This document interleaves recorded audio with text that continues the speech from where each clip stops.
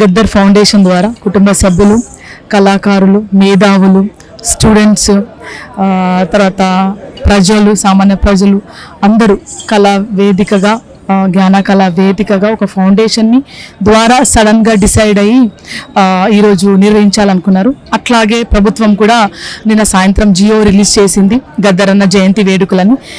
Short period అయినా ప్రజలకు ఇంకెక్కువ రీచ్ కాలేదు. కాకపోతే గద్దరన్నని గుర్తుపెట్టుకోవాలి, గద్దరన్న త్యాగాన్ని, ఆయన ఆశయాన్ని, ఆయన సిద్ధాంతాన్ని ఆయన పాట ద్వారా, ఆట ద్వారా, మాట ద్వారా ప్రపంచానికి ఒక యుద్ధం, ఒక పోరాట పటిమగా, యుద్ధాన్నిగా అది ముందుకు తీసుకుపోవాలని మన కాంగ్రెస్ పార్టీ రేవంత్ అన్న ఆధ్వర్యంలో జియో రిలీజ్ చేసి ఆయన చిరకాలం ప్రజలకి ఆయనకి ఇవ్వాలనే ఉద్దేశం చాలా హర్షణీయమైంది, చాలా ఆనందంగా ఉంది.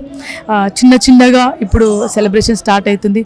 రాను రాను గద్దరు ఫౌండేషన్ ఆధ్వర్యంలో ఏమి మనం చేయగలుగుతాం అనేది ఇప్పుడు చెప్తారు. ఈరోజు అదేవిధంగా తెల్లాపూర్లో ఈరోజు విగ్రహావిష్కరణ కూడా ఉంది, అది కూడా ప్రభుత్వ ఆధ్వర్యంలోనే జరుగుతుంది. దాని ఏ విధంగా చూడొచ్చు? అది కూడా అక్కడ భరత్ అని తమ్ముడు, సత్తయ్య భరత్ వాళ్ళ నాన్న కొన్ని చాలా ఇష్టము. అక్కడ మున్సిపాలిటీలో మీటింగ్ అయ్యి అందరు యునానిమస్ డిసైడ్ అయ్యి అక్కడ విగ్రహ ప్రతిష్ఠ జరిగింది. దానికి ప్రభుత్వం కూడా ల్యాండ్ కేటాయించిన తర్వాత ఈరోజు సాయంత్రం భట్టి గారు అక్కడికి వస్తున్నారు. అది కూడా చాలా పెద్ద ఎత్తుగా ఆవిష్కరణ జరగబోతుంది. అన్న మన మధ్యలో లేకపోవడం చాలా బాధాకరమైన విషయం. అన్న లేకపోయిన తర్వాత మొదటిసారి జయంతి ఉత్సవాలు ప్రభుత్వం నిర్వహిస్తుంది.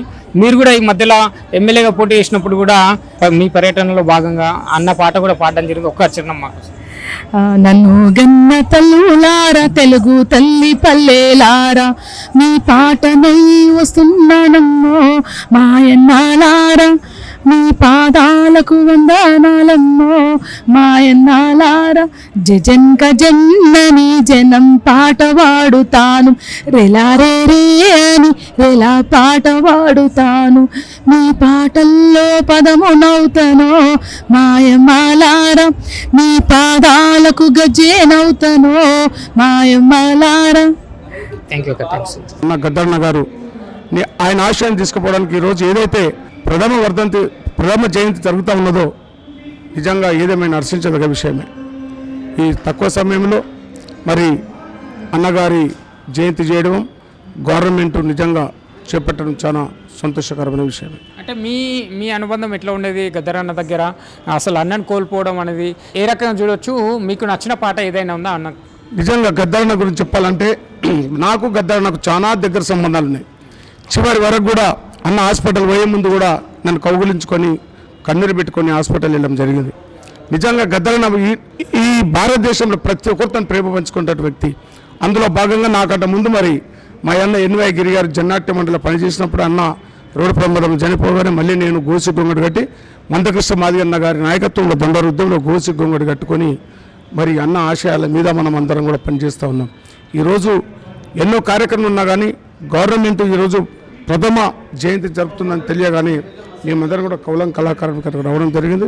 మరి గద్దరన్న ఈ పాట ఆ పాట అని కాదు, లక్షలాది పాటలు మన మధ్య ఉంచి వెళ్ళిపోయిన అన్న భౌతికంగా మన మధ్య లేకున్నా తన ఆత్మత కూడా ప్రజలలో ఉందని చెప్పి చెప్పుకోక అన్నను గుర్తుకు చేసుకున్న ఏదైనా పాట అన్న